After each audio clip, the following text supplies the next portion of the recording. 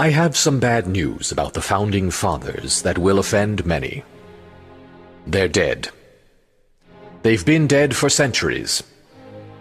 Are you shocked and dismayed to hear that they were mortal? They weren't supermen or demigods. They were ordinary, deeply flawed men of their time.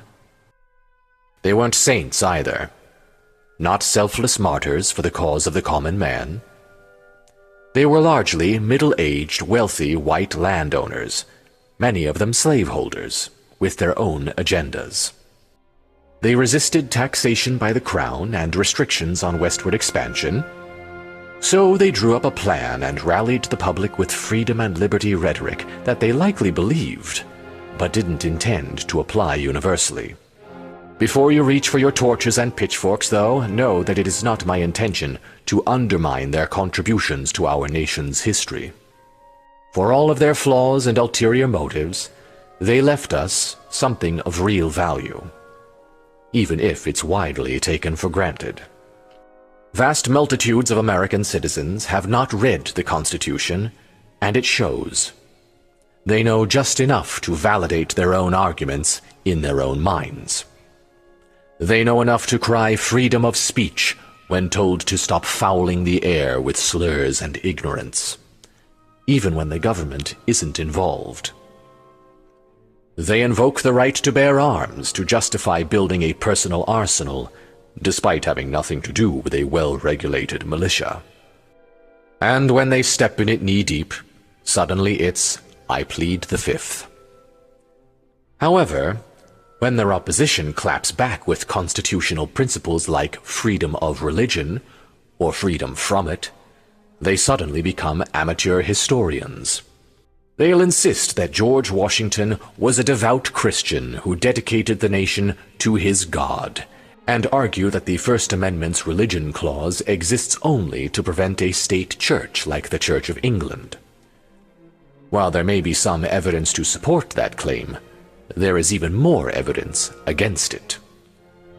George Washington may have been a Christian, but he was also a Freemason, an affiliation many Christians have long regarded with suspicion. Benjamin Franklin was also linked to Sir Francis Dashwood's Hellfire Club, a group known for mocking Orthodox religion through deliberately blasphemous rituals. Thomas Jefferson argued for a wall of separation between church and state, and once referred to the Bible as a dunghill. He famously took a razor to his, carving out all references to miracles and any detail unrelated to the philosophy of Jesus itself, publishing the remains for the reader to judge on their own merits. Thomas Paine's book The Age of Reason promoted 18th century deism, which challenged the legitimacy of the Bible and refuted the idea of there being one true religion.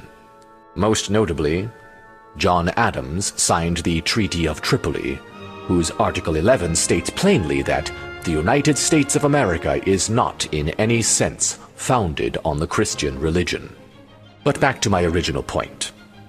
The founders of our nation are centuries in their graves.